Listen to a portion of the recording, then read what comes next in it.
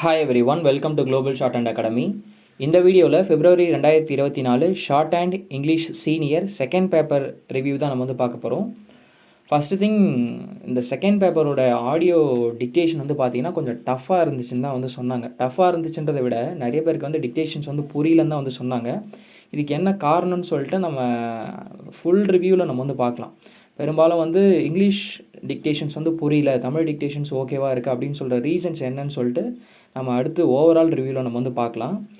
First thing, content என்னன்னு சொல்லிட்டு பார்ப்போம், சரிங்களா? இப்போ கண்டென்சேஷன், எலாபரேஷன். இந்த கண்டென்சேஷன் வந்து பார்த்திங்க அப்படின்னா ஒரு 4-5 டாப்பிக்காக வந்து பிரித்து கொடுத்துருந்தாங்கன்ற மாதிரி சொல்லியிருந்தாங்க.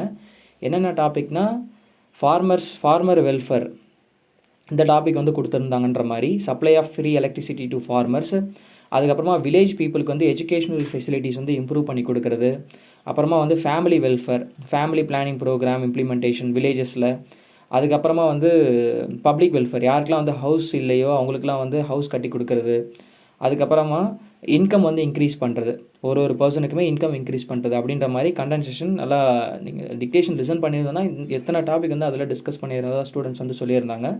அதே மாதிரி எலாபரேஷன் எடுத்துக்கிட்டிங்க அப்படின்னா டெண்டர் நோட்டீஸ், அட்வர்டைஸ்மெண்ட், அதுக்கப்புறமா ஐ விட்னஸ் அக்கௌண்ட்டு, அதுக்கப்புறம் ஆனுவல் ஜென்ரல் மீட்டிங் இந்த வாட்டி வந்து கேட்டிருந்தாங்க.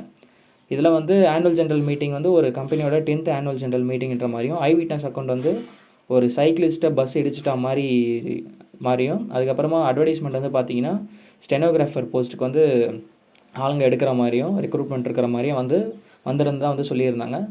திரும்பியும் சொல்கிறேன், ஓவராலாக ஸ்டூடெண்ட்ஸ் வந்து கேட்குறப்ப டிக்டேஷன்ஸ் வந்து ரொம்ப கஷ்டமாக இருந்துச்சு, புரியல அப்படின்ற மாதிரி தான் வந்து சொல்லியிருந்தாங்க. இதுக்கு என்ன ரீசன் சொல்லிட்டு நம்ம இன்னொரு வீடியோவில் வந்து பார்க்கலாம். இதுக்கு சொல்யூஷன் இருக்குங்க, சரிங்களா? அவங்க சைட்லேருந்து என்ன பெஸ்ட்டாக பண்ண முடியுமோ டோட் சைட்லேருந்து அவங்க பெஸ்ட்டாக தான் பண்ணி கொடுத்துட்ருக்காங்க. நாம் கொஞ்சம் இம்ப்ரூவ் பண்ணிக்கணும். அதை அடுத்தடுத்த வீடியோவில் நம்ம வந்து பார்க்கலாம்.